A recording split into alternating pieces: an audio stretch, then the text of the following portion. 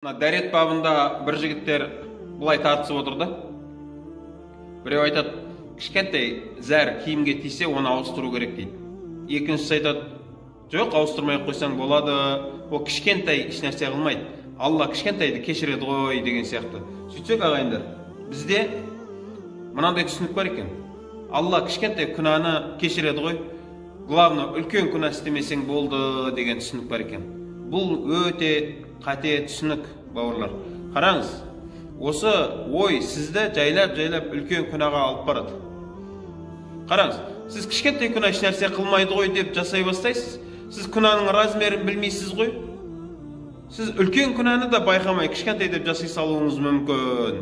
Мысалы, ғайбат үлкен күнә, бірақ біз ойланбай жасаймыз ғой оны. Сол сияқты да.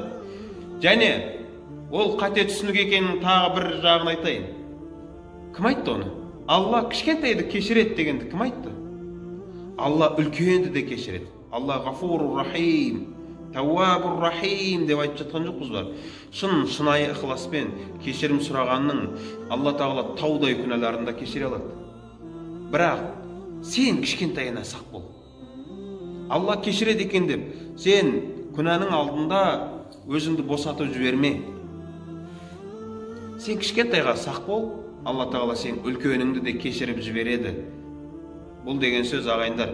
Кішкентай күнәдан сақ болып жүрген адам, ол үлкен күнәға ұрына қоймайды. Ал күнәні мына үлкен, мына кішкентай деп сорттап жүрген адамдар бар ғой. Кішкентай күнә еш нәрсе қылмайды деп жүрген адамдар. Дәл сол күйінде жүре беретін болса, жақын арада ол үлкен күнәға ұрынады.